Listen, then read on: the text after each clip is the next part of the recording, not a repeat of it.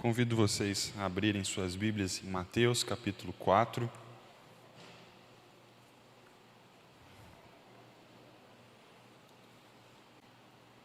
Nós vamos continuar a estudar acerca da tentação de Jesus, aprendendo como vencer as nossas próprias tentações.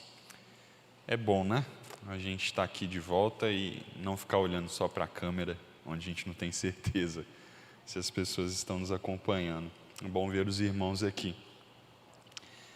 E nós começamos há 15 dias atrás esse estudo na tentação de Jesus, tentando compreender um pouco acerca dos processos que levam o nosso coração a cair em tentação, a ser tentado, bem como também encontrar respostas, o caminho da vitória por meio de nosso Senhor Jesus Cristo. Então, nós estamos olhando detidamente neste capítulo 4 do Evangelho de Mateus, dos versículos 1 a 11, onde nós estamos estudando acerca das tentações e como vencê-las. Acredito que você já abriu a sua Bíblia, acompanhe comigo a leitura da Palavra de Deus. Vamos ler novamente todos os 11 versículos, mas hoje nós ficaremos apenas nos versículos 3 e 4, o primeiro combate. Diz assim a palavra do Senhor: Então Jesus foi levado pelo Espírito ao deserto para ser tentado pelo diabo. Depois de jejuar 40 dias e 40 noites, teve fome.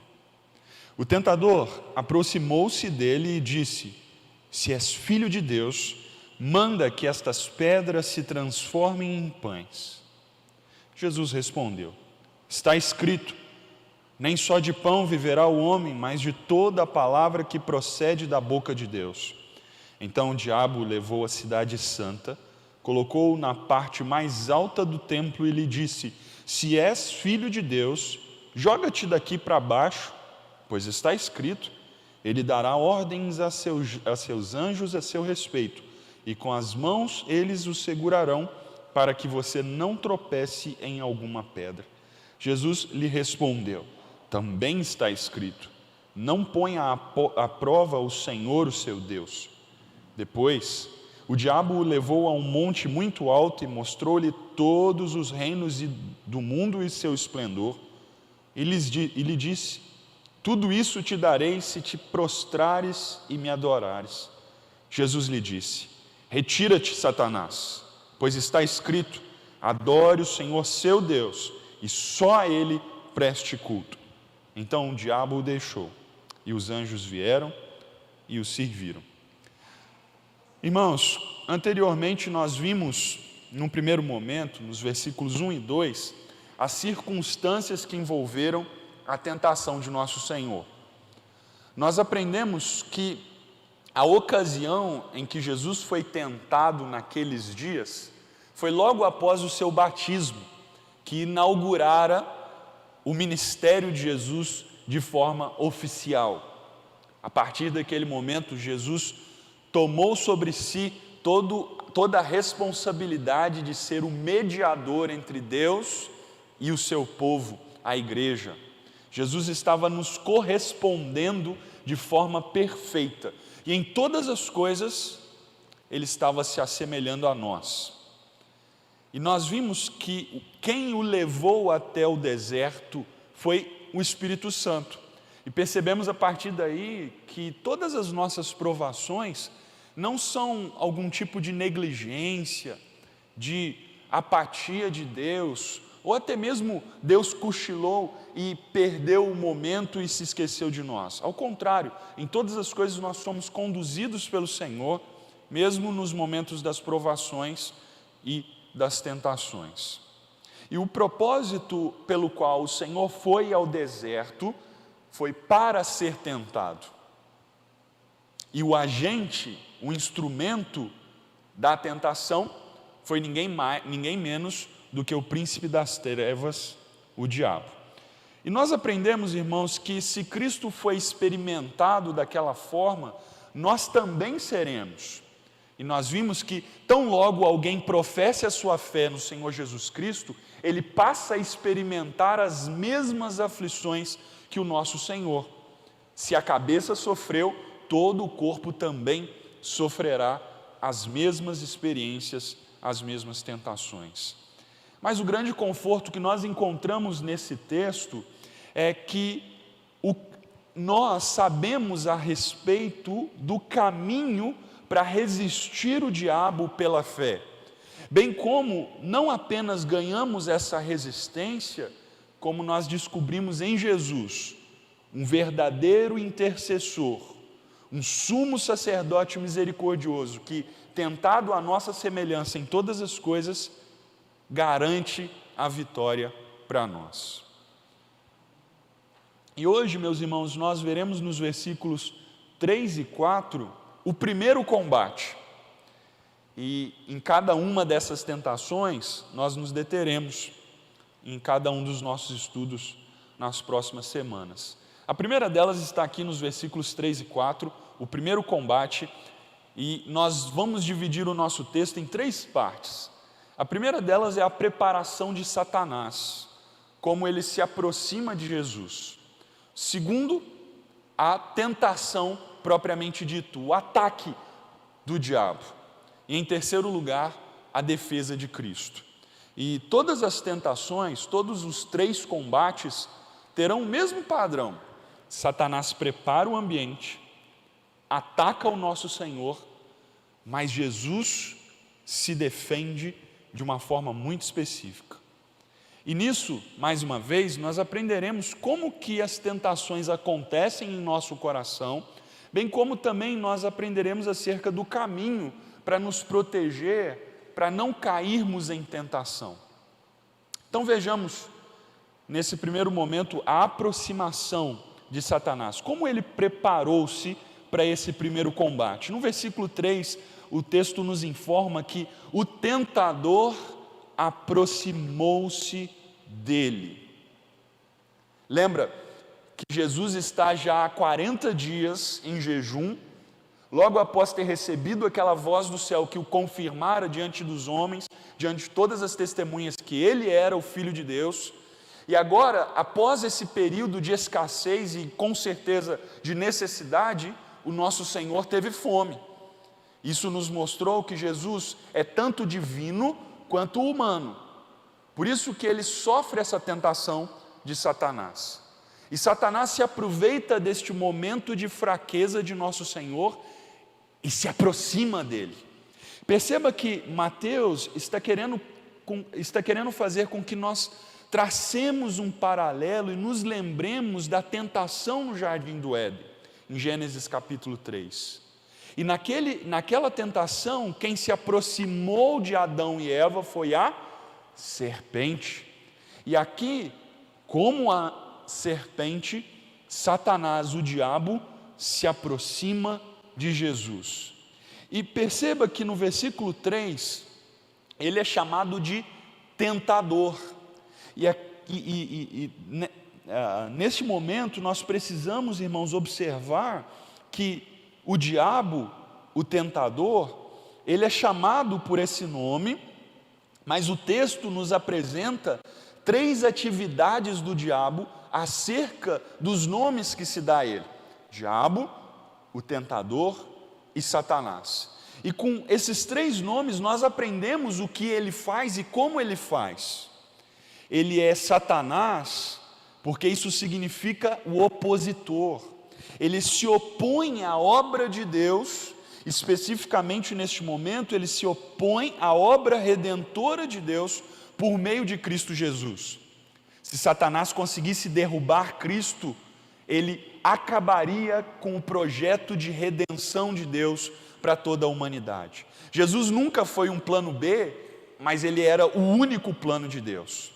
E aqui neste momento nós temos Satanás tentando acabar com esta obra e impedir que Jesus fosse o Salvador da humanidade. Impedir que se cumprisse aquela promessa feita em Gênesis capítulo 3, versículo 15, que haveria a semente da mulher que esmagaria a cabeça da serpente. Ele é o Satanás. Ele também é chamado de diabo, irmãos, porque ele é o acusador dos irmãos. E o que ele está querendo fazer neste momento em relação a Jesus Cristo é acusar Deus de falsidade e de ser injusto, privando Jesus da qualidade da sua realeza.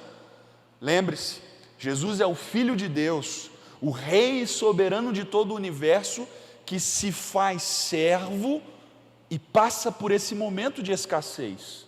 Então o diabo quer se aproveitar deste momento para acusar Deus de ser falso e de ser injusto, bem como também, na sua sagacidade e esperteza, acusar a Cristo diante de Deus de incredulidade.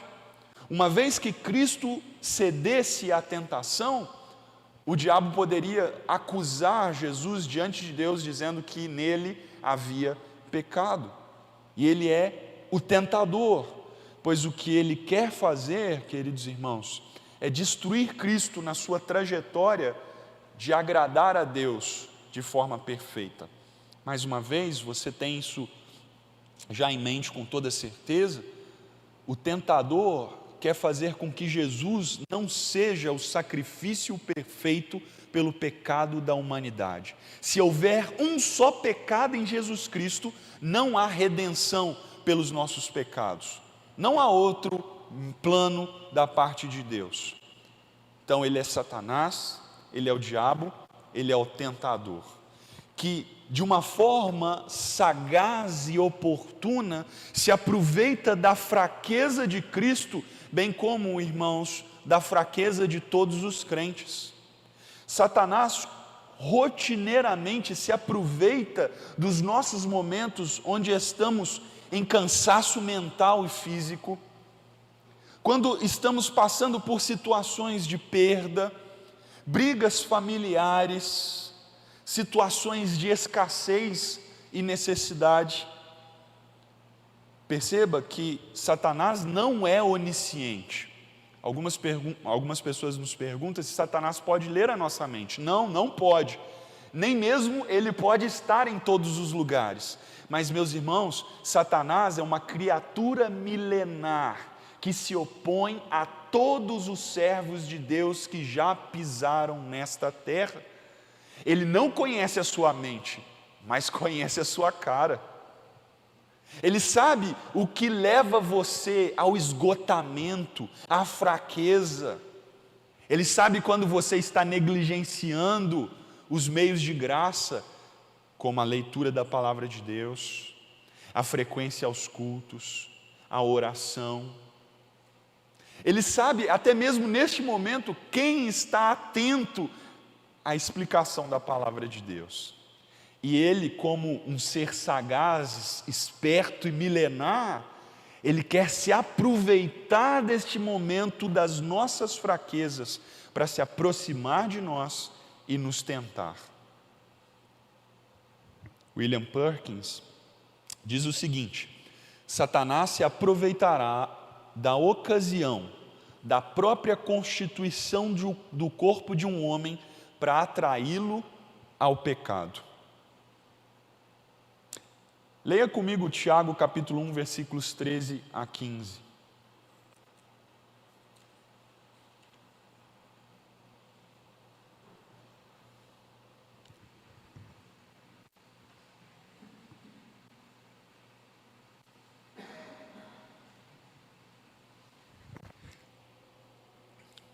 Tiago capítulo 1, versículos 13 a 15, nos explica o processo da tentação. Veja, quando alguém for tentado, jamais deverá dizer, estou sendo tentado por Deus. E nós fizemos essa diferença a respeito de provação e tentação, as duas andam juntas. Enquanto Deus quer revelar o nosso coração e a nossa fidelidade a Ele, o diabo quer estragar a nossa fé. Continua o texto: pois Deus não pode ser tentado pelo mal e a ninguém tenta. Cada um, porém, é tentado pelo próprio mau desejo, sendo por este arrastado e seduzido. Então esse desejo, tendo concebido, dá à luz o pecado, e o pecado, após ser consumado, gera morte. Satanás se aproveita exatamente dessa constituição da nossa carne para nos tentar. Se alguém é inclinado, por exemplo, à lascívia, Satanás irá criar oportunidades para os nossos desejos sensuais, seja a tela do celular, seja uma conversa inapropriada com alguém do sexo oposto e assim por diante. Se alguém, por exemplo, é inclinado à fofoca, Satanás com toda certeza abrirá todas as pautas acerca da vida de outras pessoas, para que escolhamos aquilo que nós pincelaremos para falar mal uns dos outros. Satanás se utiliza, meus irmãos, das nossas tristezas, das nossas fraquezas, das nossas dores, exatamente para nos levar à tentação. É exatamente naqueles momentos onde nós estamos com muito sono, com muita fome, estressados e cansados, que nós estamos mais sujeitos ao pecado. Essa criatura milenar, ela sempre está pronta para o bote na hora certa. E assim ele se aproximou de nosso Senhor Jesus Cristo para tentá-lo. E nós seguimos o nosso texto exatamente com o ataque de Satanás, o bote da serpente. O primeiro ataque que ele faz está aqui no versículo 3, ele diz a Jesus: se você é filho de Deus, como estão dizendo por aí e você mesmo acredita, e você está com fome neste momento, diga a estas pedras, se você é filho de Deus, você tem esse poder para transformar estas pedras em pão e saciá-lo. Irmãos, esse primeiro ataque parece ser um tanto quanto simples, mas quando nós nos detemos nele, percebemos que é um ataque triplo. É um ataque à semelhança do que ele fez com os nossos primeiros pais, e que ele faz continuamente com todo servo de Deus que pisa nessa terra. É um ataque que, em primeiro lugar, levanta um questionamento. Pelo desejo da carne, a necessidade de nosso Senhor Jesus Cristo, ele queria levá-lo à incredulidade quanto ao propósito da provação. Perceba que é exatamente nesse momento de escassez, de necessidade, de aflição, que nós nos perguntamos: por que eu estou nessa situação? Por que eu mereço passar por isso? Por que logo eu que faço as coisas corretas, que sou filho de Deus? Um questionamento. E então, ele nos sugere uma negação. Como se dá essa negação? Pelo próprio desejo da carne, ele quer levar a Cristo à incredulidade quanto à sua identidade como filho de Deus. O diabo, irmãos, muitas vezes usa a nossa própria razão e lógica, e até a boca de outras pessoas, para nos confrontarem acerca da nossa situação atual e a incompatibilidade por sermos filhos de Deus. O que nós queremos dizer por isso? Perceba que ele faz uma lógica aqui nas suas palavras. Ele diz: se você é filho de Deus, você pode mandar essas pedras se transformarem em pão para que você se sacie. Duvido que você é filho de Deus. O questionamento, e vem com a negação. Como é essa negação? Não, você não é filho de Deus. Você está passando por escassez, você está passando por aflição, você está com fome. Por que Deus trataria um filho dele dessa maneira? Você não é filho de Deus.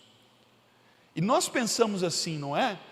Quando nós estamos em situações adversas, logo nós pensamos que eu não devo ser um cristão, eu não devo ser um filho de Deus, eu estou fazendo as coisas todas erradas, pois um cristão não pode passar por essa situação de necessidade, de escassez. Talvez eu não esteja orando o suficiente, Talvez eu não esteja fazendo as coisas como devidas. Todas estas, meus irmãos, são negações que o diabo nos sugere, para que então nós acatemos a sua proposta. Ele levanta um questionamento, nos sugere uma negação e nos apresenta uma proposta. E essa proposta é exatamente no meio da nossa necessidade. Ele quer nos levar a um tipo de incredulidade para que nós nos satisfaçamos sem considerar a vontade de Deus. Ou seja, se eu estou em certa necessidade, portanto, eu tenho o direito de me satisfazer e eliminar este mal incômodo, custe o que custar. Eu tenho todo o direito de realizar o desejo do meu coração. Eu tenho todo o direito de ter aquilo que não me pertence. Eu tenho todo o direito, por causa desta situação de necessidade, de ter aquilo que Deus está me negando nesse exato momento. Então, irmãos, o que o diabo está oferecendo é que tomemos o controle da nossa própria vida. Lembre-se novamente que foi exatamente isso que ele sugeriu aos nossos pais. Ele levanta um questionamento a Adão e Eva, dizendo: por que Deus está privando vocês exatamente dessa árvore? Por que você não pode ter este fruto? Então, ele faz uma negação com isso. Deus não é justo. Ele está privando vocês de serem como Ele. Ele é egoísta, mesquinho. Ele não quer abençoar vocês. E a proposta, então, segue-se logo a isto. Nós lemos em Gênesis 3, versículo 6, que Eva viu que a árvore era agradável ao paladar. Perceba com isso, meus irmãos, que as tentações, elas aparecem agradáveis à satisfação da nossa carne. Normalmente, é exatamente nesse contexto, onde nós já questionamos a Deus, já negamos a nossa identidade e o favor de Deus, que acatamos a proposta de Satanás, em meio às nossas tentações. Mas agora, como fica a resposta e a defesa de nosso Senhor Jesus Cristo? Pela graça, Ele venceu. E nós podemos ter esperança de que podemos vencer as nossas tentações em Cristo Jesus. Como Ele o fez, irmãos? No versículo 4, Mateus nos apresenta. Jesus respondeu a Satanás: está escrito, nem só de pão viverá o homem, mas de toda a palavra que procede da boca de Deus. Como que isto nos ajuda? Em primeiro lugar, a defesa de Cristo consiste em usar a espada do Espírito, a palavra de Deus. Veja que ele diz claramente que está escrito. Jesus poderia com um sopro, como ele o fará no último dia, derrubar Satanás. Jesus poderia pedir que anjos viessem e calassem Satã. Jesus até teria todo o direito de se banquetear com uma mesa para se suprir as suas necessidades. Mas o que ele faz? Está escrito. Veja, irmãos, que esta é exatamente a sugestão do salmista em Salmo 119, versículo 11. Talvez vocês não se lembrem da referência, mas com toda certeza vocês se lembram do versículo.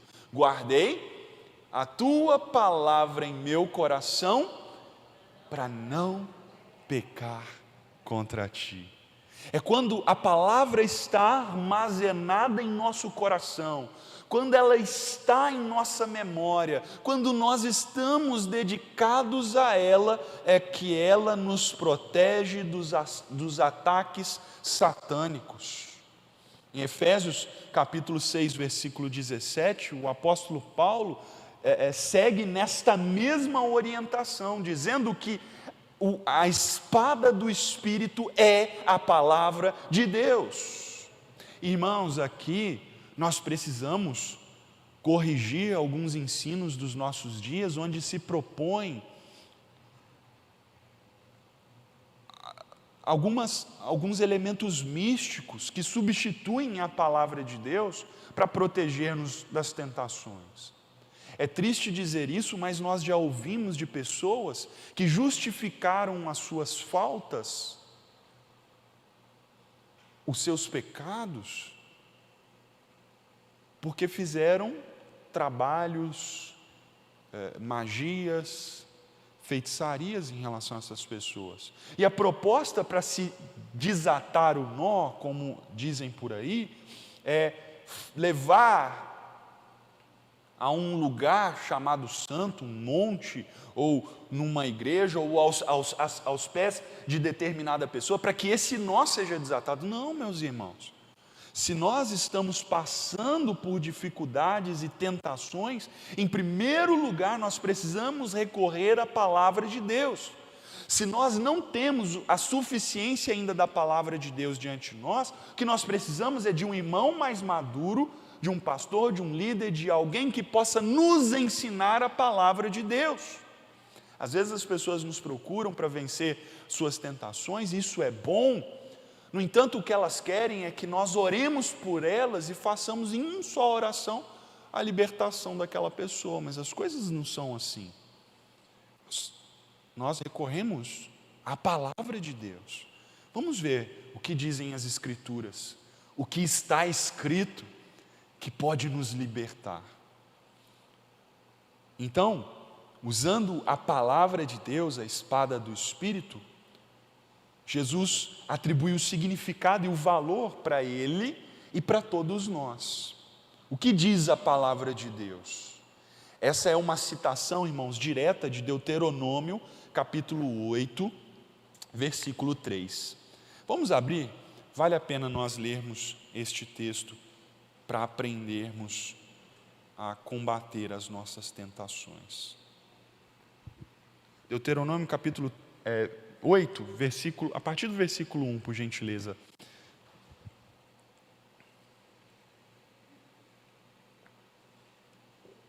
Moisés está instruindo o povo acerca dos motivos e razões pelos quais, atenção, estiveram no deserto por 40 anos em provação. Nos lembra a mesma situação de nosso Senhor, por 40 dias no deserto, com privação total de alimento. Moisés traz o relato ao povo de Deus dizendo o seguinte: tenham o cuidado de obedecer a toda a lei que hoje ordeno a vocês, para que vocês vivam, multipliquem-se e tomem posse da terra que o Senhor prometeu, com juramento aos seus antepassados. Deus está confirmando as suas bênçãos acerca da entrada de Israel na terra prometida. Versículo 2, ele diz o seguinte: lembrem-se de como o Senhor, o seu Deus, muita atenção agora, os conduziu por todo o caminho no deserto durante estes 40 anos para humilhá-los e pô-los à prova, a fim de conhecer suas intenções, se iriam obedecer aos seus mandamentos ou não. Assim, ele os humilhou e os deixou passar fome, mas depois os sustentou com maná, que nem vocês, nem os seus antepassados conheciam, para mostrar a vocês que nem só de pão viverá o homem, mas de toda palavra que procede da boca de Deus. O que isso significa, irmãos? Como isso pode nos ajudar? O que Jesus está dizendo, o que Jesus está usando para rebater o questionamento, a negação e a proposta que Satanás lhe fez, é que ele sabe e confia que Deus sustenta o seu povo por meio dos seus decretos. A palavra de Deus, a palavra que procede de Deus aqui nesse contexto, são os decretos do Senhor. É a bênção de Deus sobre o alimento que nos sustenta. Pois, irmãos, nós nem mesmo subsistiríamos se os nossos alimentos não fossem para este fim determinados pelo Senhor. Você já parou para pensar nisso? Muitas pessoas têm certas restrições a determinados alimentos e elas não podem nem colocá-los em suas bocas, que passam mal. E Deus nos abençoa de tal forma que podemos digerir os alimentos e subsistirmos. Veja que Deus é quem sustenta o seu povo por meio dos seus decretos, seja ordinariamente, abençoando o pão nosso de cada dia, seja de forma extraordinária, quando, como por exemplo, Ele proveu ao povo de Deus o maná no deserto. Não havia maná, não existia aquilo, e de repente, para sustentar o povo, Deus proveu o maná. É muito interessante a história do maná, pois sem a bênção de Deus e sem a provisão de Deus, ele não existiria, e Israel não podia nem lidar com o maná conforme eles queriam. Eles precisavam respeitar aos comandos que Deus havia dado. Todos os dias eles deveriam pegar, se eles deixassem para o outro dia, ele apodreceria. No sexto dia, eles deveriam descansar, então eles deveriam ter uma provisão para 2 dias, para o sexto e para o sétimo. E alguns deles foram procurar maná, no sétimo não havia. E nisso Deus testando o seu povo, provendo extraordinariamente, bem como, irmãos, Deus também provê extraordinariamente quando nós estamos nos nossos momentos de escassez. Existem histórias sobrenaturais onde Deus nos dá até mesmo o alimento quando nós estamos em necessidade financeira, seja ela de ordem for, mas Deus é aquele que provê por meio dos seus decretos, ordinariamente, extraordinariamente, mas mesmo sem nenhum dos outros recursos, dos cursos, ordinário ou extraordinário. Por quê? Moisés foi sustentado no monte por 40 dias apenas pela presença de Deus, sem comer e beber. Elias foi sustentado com um pouco de pão para 40 dias, onde ele não comeu nem bebeu, e agora o nosso Senhor, em jejum, apenas com a presença de Deus. Veja, irmãos, que é em Deus que nós encontramos a satisfação plena dos nossos desejos. Veja que Jesus está confiando a sua vida na provisão, na providência divina. Nós estudamos muito acerca da providência divina no livro de Esté, e agora nós vemos aqui que Jesus não quer se entregar aos seus próprios desejos, muito menos às sugestões de Satanás, mas à providência divina. E a pergunta para você é, e nós assim caminhamos para o final: quais são as suas necessidades? E quando você está em necessidade, sejam elas fome, vestimentas, necessidades sexuais, que são necessidades carnais, necessidades do descanso, a quem você recorre? Simplesmente a sua agenda, eu preciso disso e eu quero agora, portanto farei o que eu tiver que fazer. Ou você recorre à providência divina, que ordinariamente nos abençoa, que extraordinariamente nos surpreende, ou até mesmo nos sustenta simplesmente com a sua presença, sem que precisemos satisfazer as nossas paixões carnais. Jesus, irmãos, confia que a escassez momentânea ela é parte do propósito do Senhor para aquele momento. Portanto, a palavra de Deus, usada corretamente, nos ensina o contentamento no Senhor. Mesmo quando nós estamos privados daquilo que nós mais gostaríamos de ter, o Senhor nos ensina o contentamento nele, pois estamos plenamente supridos com a sua presença em nós. Jesus não alinha a sua identidade à fartura dos bens e à satisfação das necessidades. Jesus não se preocupa em se afirmar como filho de Deus. Veja, os bens que eu tenho, ou as necessidades todas são supridas. Jesus não se importa com isso. A sua identidade está alicerçada na palavra de Deus. Irmãos, assim também somos nós. A Bíblia nos garante que todo aquele que crê em Jesus é filho de Deus. Portanto, esteja você passando pelas necessidades, quais forem, você é filho de Deus. Não tenha em mente esse processo que nós vivemos nos nossos dias, onde as pessoas se questionam e levantam indagações acerca da nossa identidade cristã, porque nós estamos passando por necessidades. Fartura ou escassez não nos identificam como filhos de Deus.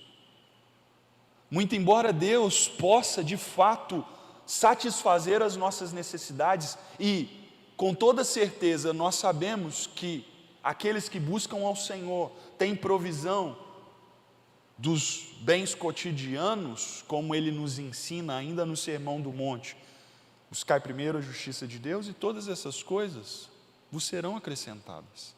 Assim como Deus cuida dos passarinhos, assim como Deus cuida dos lírios do campo, assim como Deus cuida de cada uma dessas coisas, Ele cuida muito mais daqueles que lhe pertencem. A nossa identidade, irmãos, não está atrelada à fartura que nós temos, mas na palavra de Deus. Jesus também confia que apenas pelos decretos do Senhor Ele pode se satisfazer. Sabe qual que é o grande problema de nós satisfazermos os nossos desejos por nós mesmos, violando a vontade de Deus? Como, por exemplo, um marido trai a esposa, ou quando alguém se excede no sono, ou então quando alguém come demais ou come de menos. Sabe qual que é o grande problema dessas coisas? Quando nós satisfazemos os nossos desejos por nós mesmos, segundo a nossa vontade, segundo a nossa agenda, é que nós nunca somos satisfeitos, pois a bênção de Deus não está nessas coisas. Não pense você que tendo um caso extraconjugal você vai resolver os seus problemas conjugais. Pelo contrário, você vai criar outros, pois a bênção de Deus não está nesse relacionamento. Lucas capítulo 12, versículo 15.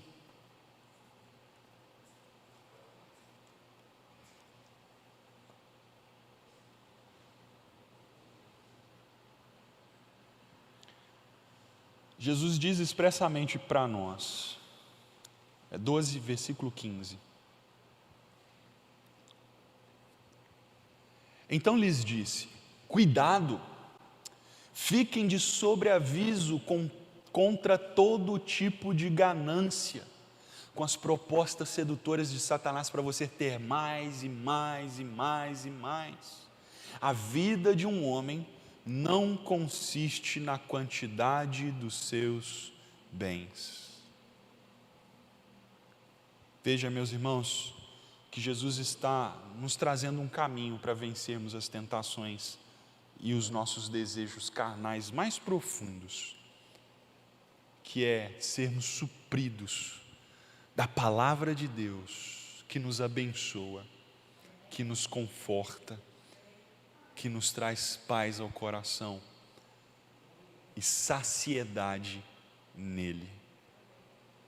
E assim nós podemos aprender com, por exemplo, o apóstolo Paulo, que diz: sei passar frio, sei estar aquecido, sei passar fome, sei ter fartura, posso todas as coisas naquele que me fortalece. Quando você estiver sendo tentado pelos seus desejos carnais, mais básicos, mais humanos, mais rudimentares. Lembre-se, em primeiro lugar, da palavra de Deus. Lembre-se que você não será abençoado se você fugir da vontade de Deus para a tua vida. Que Deus possa nos abençoar e nos sustentar com a sua provisão diária e da sua palavra. Vamos orar?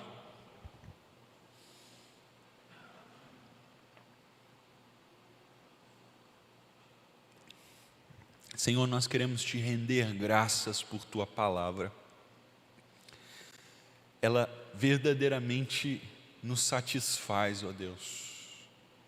Senhor, se não for por teus mandamentos, por teus decretos, a água não pode nos satisfazer, a comida não pode matar a nossa fome, nem mesmo os médicos podem nos trazer saúde, ou a roupa pode nos aquecer, ou até mesmo o sono pode nos descansar, porque Deus, nós, os teus filhos, queremos andar em todas estas coisas, na alegria, no contentamento, na gratidão, de que é o Senhor que decreta a tua bênção em nosso favor e nos satisfaz.